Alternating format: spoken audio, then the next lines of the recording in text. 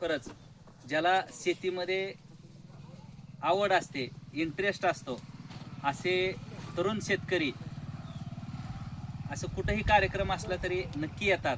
आणि या अशा कार्यक्रमामध्ये आपल्याला खरोखरच एक चांगलं ज्ञान मिळतं आणि या ज्ञानाच्या जोरावरती आपण आणखी पुढं जाण्याची ईर्ष्या बाळगतो.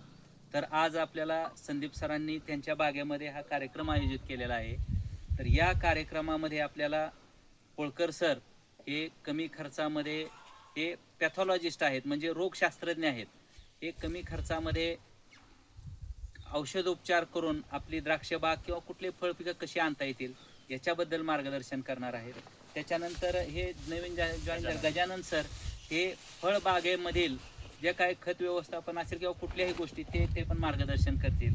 तर सांगायचं तात्पर्य हे मित्र हो की आज आत्ताच आपण ह्या ट्रॅक्टरचा डेमो पाहिला. तर आपली जी कृषी क्रांती किंवा आपली जी एक उन्नती म्हणू आपण, तर आपली उन्नती एक 3 प्रकारे मोजली जाते. एक म्हणजे आदिम कृषी क्रांती की जी आपण खेड्यापाड्यात किंवा जंगलामध्ये राहत होतो.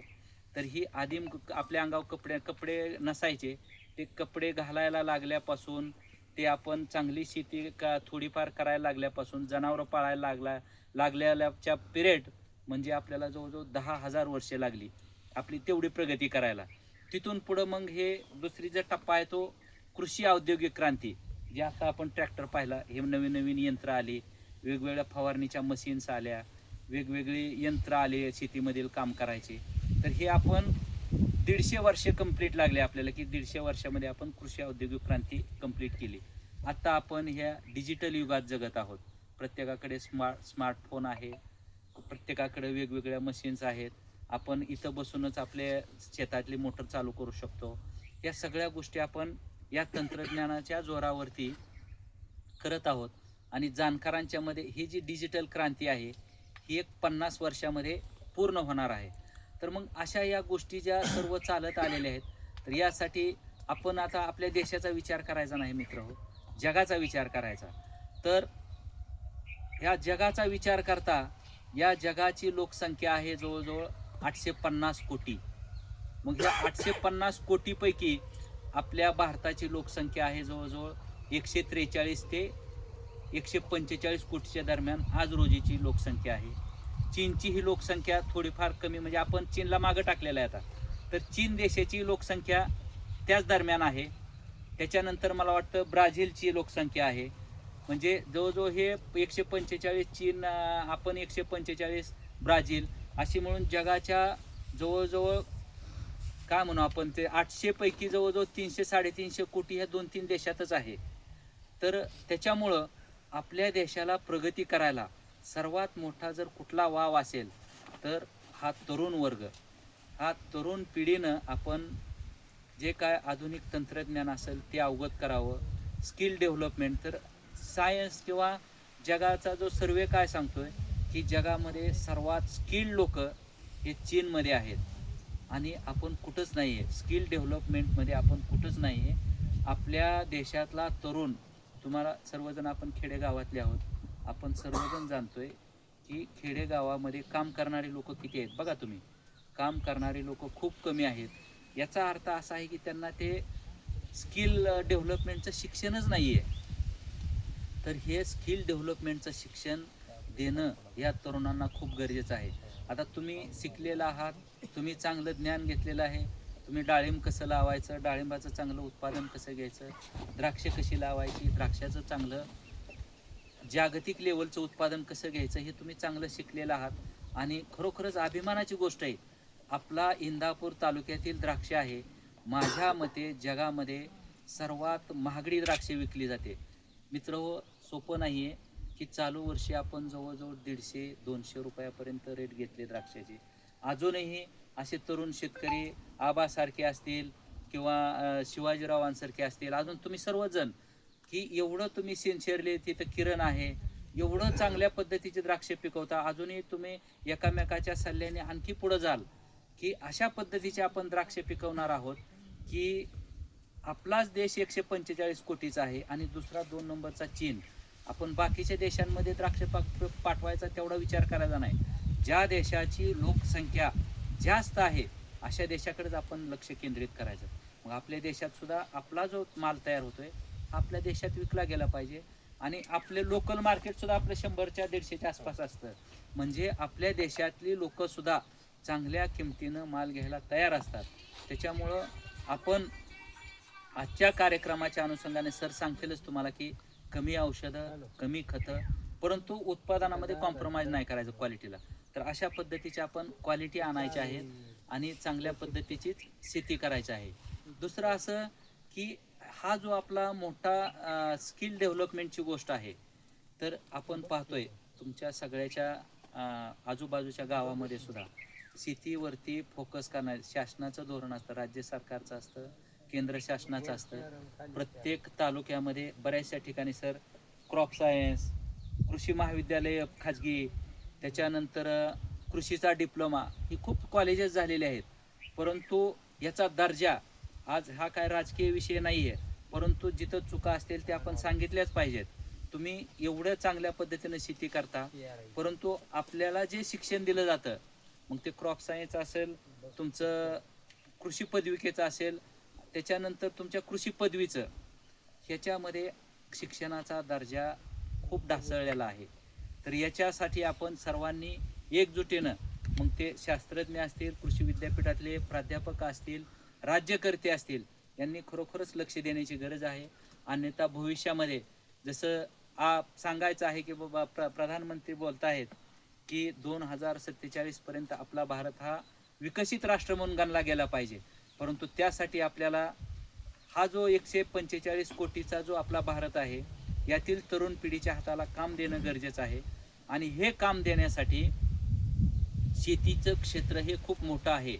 तुम्ही बघा शेतीमध्ये काम करणाऱ्या लोकांचे तेवढे काय म्हणतो आपण त्याला, त्याला इज्जत नाही म्हणून किंवा प्रतिष्ठा नाही शेतीतल्या कामगारांना. परंतु भविष्यामध्ये आपण जे तरुण लोक आहोत हे आपणच त्या कामगारांना प्रतिष्ठा दिली गेली पाहिजे.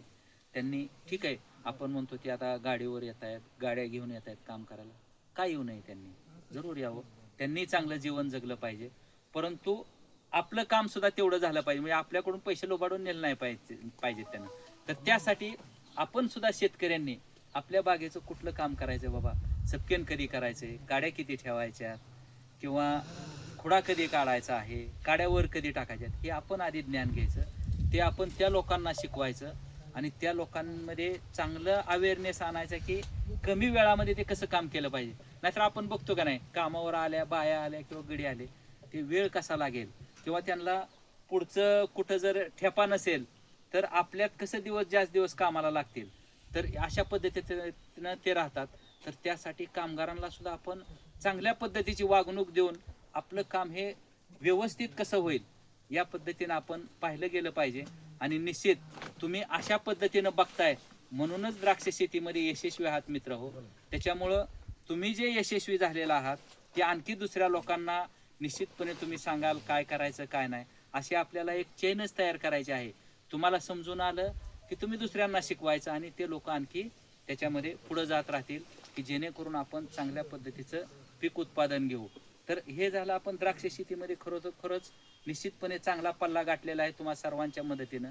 त्याच्यानंतर आपण डाळिंबामध्ये सुद्धा आपण 7-8 वर्षापूर्वी पाहिलं डाळिंबाचं खूप मोठ्या प्रमाणावरती तेलकट डाग असेल, डाळिंबाची प्रत असेल खालावलेली, रेट डाळिंबाचे नव्हते.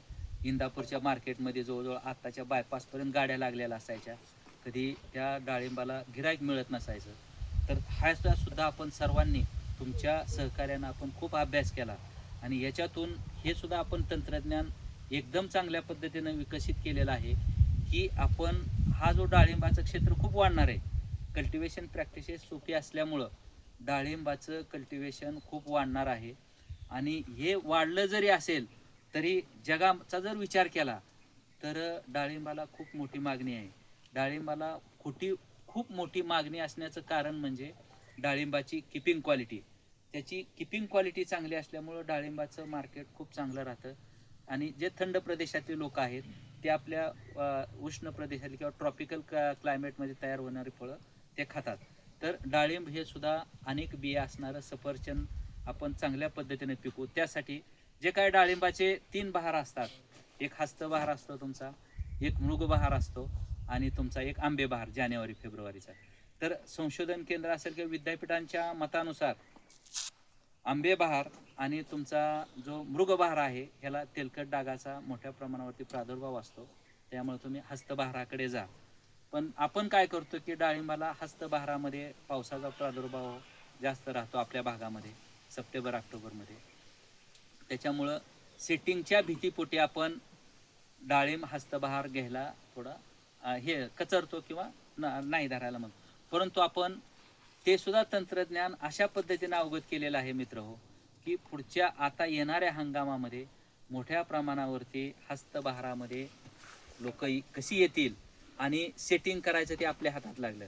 संदीपने आम्ही तो पण अभ्यास केलेला आहे की कुठल्याही औषधामुळे सेटिंग होत नाही, बरोबर आहे का नाही. तर ते छाटणीचं तंत्रज्ञान आहे. हे छाटणीचं तंत्रज्ञान जर आपण अवगत केलं, तुम्हाला हस्तबहारामध्ये डाळिंबाचं सेटिंग चांगल्या पद्धतीनं मिळतं. आणि जर तुम्ही हस्तबहारातल्या सेटिंगला सक्सेस झाला तर तुम्हाला तेलकट डागाची भीती कमी राहते, उत्कृष्ट क्वालिटीचं डाळिंब मिळतं. जगामध्ये निर्यातीला, आता निर्यातीला डाळिंबाच्या काय लागतं, एक उर्वरित अंश विरहित, म्हणजे जे काय पेस्टिसाईड फंजिसाईड MRL लेवलप्रमाणे जे काय मारायचे राहतात तुमचे, तर त्या पद्धतीनं मारायची. आणि डाग विरहित, कुठलाही डाग नसावा आणि साईज मोठी. डाळिंबाचं मार्केट ह्या दोनच गोष्टीवर, साईज आणि तुमचं डाग विरहित फळ असावं. तर अशा पद्धतीचं डाळिंबसुद्धा आपल्याला उत्कृष्ट पद्धतीनं घ्यायचं आहे आणि ते बी तुमच्या सर्वांच्या सहकार्यानं. आणि डाळिंबात सुद्धा आपल्या तालुक्याचं मोठं नाव करायचं आहे. जसं आपण द्राक्षात आपदत आहोत तसं डाळिंबात करायचं आहे. त्याच्यानंतर तिसरी एक डिमांडिंग गोष्ट आपल्या भागामध्ये आपण सर्वजण करतोय की पेरू. आपण द्राक्ष डाळिंब आणि पेरूकडे वळालेला आहे. पेरूमध्ये आपण सर्वजण VNR लावत आहात. त्याच्यानंतर तुम्ही गुजरात रेड आहे, त्याच्यानंतर तुम्ही पिंक तैवान आहे, त्याच्यानंतर गुजरात रेडमध्ये आणखी वेगवेगळ्या व्हरायटी आलेल्या आहेत. परंतु आत्तापर्यंतच्या जे काय अनुभवानुसार किंवा शेतकऱ्यांच्या अनुभवानुसार किंवा व्यापाऱ्यांच्या मार्केटिंगच्या नुसार आजपर्यंत हा जो आपला गुजरात रेड आहे, हा गुजरात रेड सर्वात उत्कृष्ट क्वालिटीचा पेरू आहे. आणि या पेरूचं जर तुम्ही चांगलं व्यवस्थापन केलं, याच्यातही तुम्ही सेटिंगला म्हणता त्यात सेटिंग होत नाही, पण त्याला पण छाटणीचं तंत्रज्ञान आहे सेटिंगसाठी, ते पण आपण चांगल्या पद्धतीनं अवलंबू. आणि चांगल्या क्वालिटीचा जर गुजरात रेड आणला आपण, तर मला वाटत नाही जो गुजरात रेड खातो तो दुसरं फळ खात नाही. तर अशा पद्धतीचं आपण पेरूमध्ये मोठ्या प्रमाणावरती काम करू.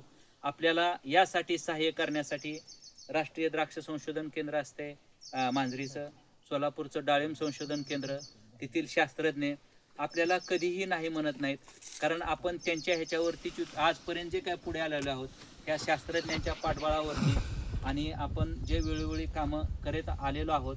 तर अशाच पद्धतीचं आपण भविष्यामध्ये सुद्धा आपला तालुका हा निश्चितच एक प्रोग्रेसिव्ह तालुका म्हणून गणला जाईल. आता सुद्धा एक बऱ्याच जणांच्या मते सर्वात जास्त महसुली उत्पन्न देणारा जर कुठला तालुका असेल तर आपला इंदापूर तालुका आहे.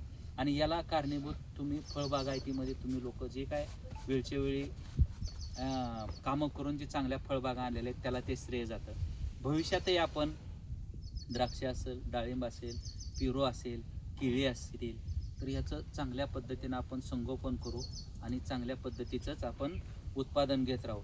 जास्त वेळ घेणार नाही, परंतु एक सर ह्याच्यावरती बोलणार आहेत रोग व्यवस्थापन कुठल्या गोष्टीवर, हे पण सर बोलतील. परंतु मला एक फक्त न्यूट्रिशन मॅनेजमेंटवरती तुम्हाला एक थोडं 5 मिनिटाचं बोलायचं आणि मग माझं 2 शब्द संपवेन. तर मित्र हो, कुठल्याही पिकाला साधारणपणे 16